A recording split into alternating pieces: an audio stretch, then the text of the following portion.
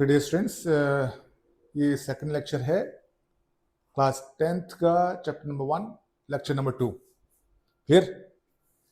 अब बात ये है कि लेक्चर नंबर 2 में हम क्या पढ़ा रहे हैं? Fundamental theorem of arithmetic.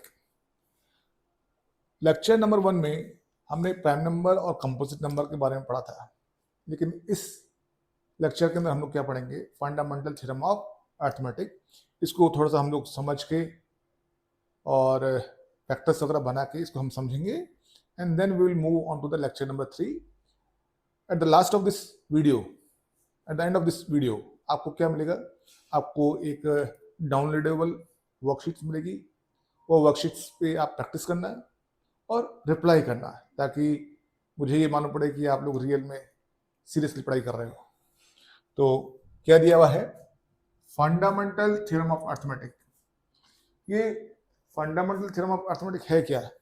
कहता है कि एवरी कंपोजिट नंबर, है ना, कंपोजिट नंबर कौन होते हैं? ऐसे नंबर जिनके फैक्टर्स 2 से ज्यादा हों, उनको कंपोजिट नंबर कहते हैं।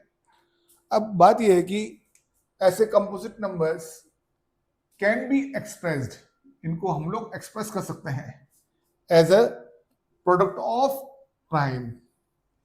प्रोडक्ट ऑफ प्राइम का मतलब क्या होता है वो समझो आप लोग। अगर मान लो मैं 2 लेता हूं, तो 2 कौन है? प्राइम नंबर है। इसको मैं मल्टीप्लाई कर रहा हूं 3 से, तो 3 कौन है? प्राइम नंबर है। तो ये दोनों नंबर किसी कंपोजिट नंबर को रिप्रेजेंट कर रहे हैं। तो वो कंपोजिट नंबर क्या हुआ? वो कंपोजिट नंबर हो गया 6। क्लियर है क्या? एक और एग्जांपल लेते हैं हम। जैसे मान लो मैंने ले लिया 14, तो ये कौन है? 2 एक प्राइम नंबर है, और 7 क्या हो गया? 7 दूसरा प्राइम नंबर हो गया। ये दोनों प्राइम नंबर जो है इसके फैक्टर्स हो गए। तो आप देखो मैंने क्या किया, 14 को प्राइम नंबर्स के फैक्टर के, प्राइम नंबर्स के जो 14 है, आपको 14 को मैंने क्या किया? प्राइम नंबर के फैक्टर के, प्राइम नंबर जो है उसके प्रोडक्ट के फॉर्म में लिख दिया। क्लियर?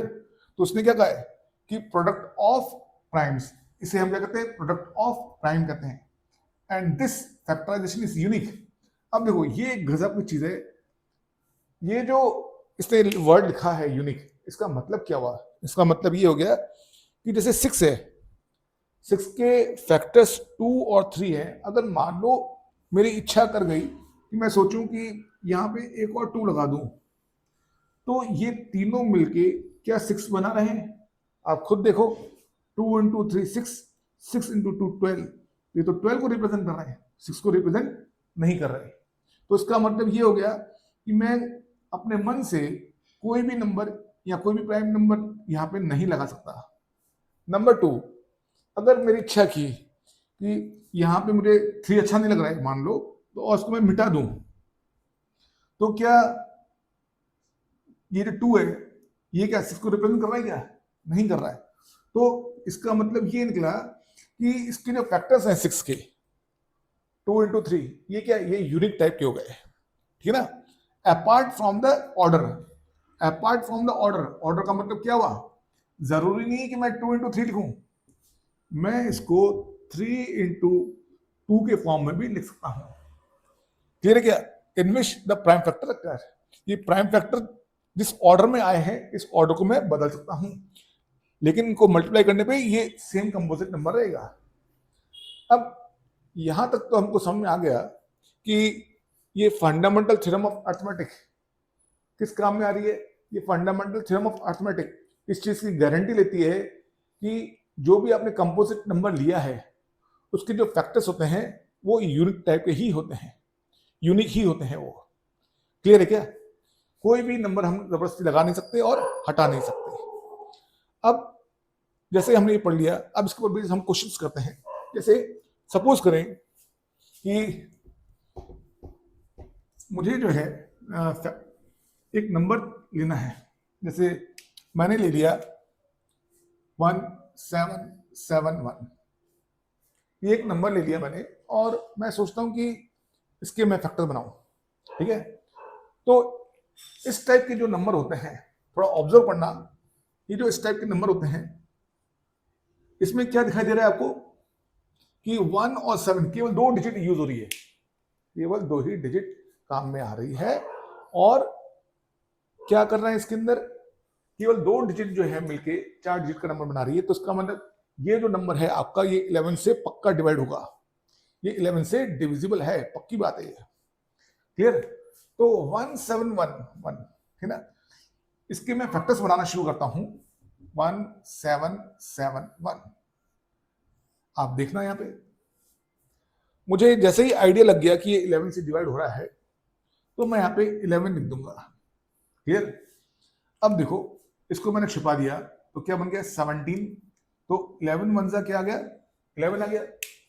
अब 17 में से 11 को कम करो, कितना बनता है 6, 6 और 7 67 हो गया।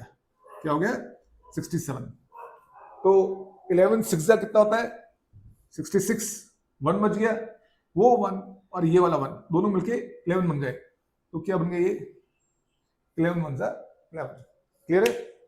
अब देखिए, अब ये नंबर जो है आपका किससे डिवाइड होगा, ये मालूम करना हो तो मैं काम करूंगा, 7 का डिविजिबिलिटी टेस्ट काम में लूंगा।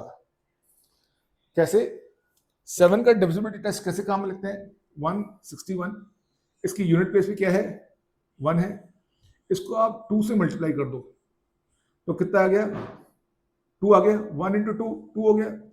16 में से 2 माइनस करो, कितना आता है 14। 14 जो है आपका 7 से डिवाइड होता है, इसीलिए 161 7 से डिवाइड होगा। तो क्या किया हमने 7 लिया, 7 2 जा 14, कितना रह गया 2 रह गया, 2 और ये वाला 1 मिलके क्या बन गया 21। तो क्या लिखेंगे इसको 23, और ये क्या आ गया 23। क्लियर? तो अब क्या लिखेंगे इसको हम लोग, इसको हम लोग लिखेंगे 7 इंटू 11 इंटू 23। अब आप मुझे एक चीज बताओ, यहाँ पे क्या 2 चीज ऑब्जर्व कर रहे हो। पहली चीज जो ऑब्जर्व कर रहे हो वो ये कि ये तीनों के तीनों प्राइम नंबर है, और नंबर 2, ये जो तीनों नंबर है इनके बीच में क्या है मल्टीप्लाई का साइन है। इसका मतलब ये क्या हो गया, ये कंपोजिट नंबर हो गया, और ये जो नंबर है ये नंबर प्राइम नंबर हो गए। क्लियर? समझ में आया? एक और एग्जांपल लेते हैं हम लोग। अगर सपोज करो सेम ऐसे ही 1551 आ जाए, तो क्या करोगे, तो ट्रिक तो वही सेम है। हमको क्या करना है, देखो 2 डिजिट को लेके ये नंबर बना है, तो 11 से तो डिवाइड होगा ही होगा, ये बात पक्की है। तो यहां पे हम लोग क्या करेंगे 1551 स्टार्टिंग करेंगे हम लोग 11 से 1551। तो 11 वन सा 11, 4 बच गया, 4 और 5 45, 4 4 जा 11 4 जा 44, 1 रह गया, 1 और ये वाला 1 बन के 11, तो ये क्या बन गया आपका 141। अब चेक करते हैं कि ये 7 से डिवाइड होता है कि नहीं होता है। तो क्या किया हमने 141 लास्ट डिजिट को 2 से मल्टीप्लाई कर दिया, तो क्या बन गया 2 है ना, 14 माइनस 2 कितना हो गया 12। तो इसका मतलब ये 7 से तो डिवाइड नहीं होगा, ये 7 से डिवाइड नहीं होगा। ठीक है, छोड़ दो, 7 से डिवाइड नहीं होता है तो अब हम किसकी हेल्प लें, अब हम लोग हेल्प लेते हैं 13 की। पहले आप हेल्प लो प्राइम नंबर 7 की, फिर 11 की, इन दोनों से नहीं होता है फिर 13 के पास चल जाओ, 13 17 19 ऐसे करके, ठीक ना। तो चलो भाई, ये क्या हो गया, ओके हम लोग अब लेते हैं 13 की। तो मालूम पड़ता है 13 वन जा 13, देखो 141 को 13 से डिवाइड करो, 13 वन जा 13, 1 और 1 नहीं हो पाएगा। फिर 17 की हेल्प लेते हैं हम लोग, 17 में भी नहीं आता है, 19 की टेबल में देखें 19 में भी नहीं आता है, 23 में भी नहीं आता है ना। 23 चेक कर लेते हैं एक बार, 23 की टेबल में आता है कि नहीं आता है, अभी मालूम पड़ेगा। 141 23 तो आपको मालूम पड़ता है लास्ट में क्या है, 1 है, तो इसको मैं 7 से मल्टीप्लाई करूं तो 23 इंटू 7, 1 2 14 15 16, अगर ये 161 होता तो करते। ठीक है, अब आगे ट्राई करने की जरूरत नहीं है, इसका साफ मतलब निकल गया कि हमारा जो आंसर है वो 11 इंटू 141 हो गया। Clear, understood. तो इस लेक्चर के अंदर मैंने आपको क्या सिखाया, फंडामेंटल थ्योरम ऑफ अर्थमेटिक, और उसके ऊपर बेसिक 2 क्वेश्चंस मैंने कराए। आप मेरे वीडियो के लास्ट में, eight the end of this video, आपको वर्कशीट मिलेगी, प्लीज आप उसको डाउनलोड करें, प्रैक्टिस करें उस पर, और नेक्स्ट लेक्चर के अंदर मैं आपको आगे जो है और इस टाइप के क्वेश्चंस कराऊंगा। क्लियर। तो अगर आपको अच्छा लगता है मेरा ये वीडियो तो प्लीज लाइक कीजिए, सब्सक्राइब कीजिए और शेयर कीजिए, ताकि ज्यादा से ज्यादा स्टूडेंट्स का ये भला हो सके। Thank you.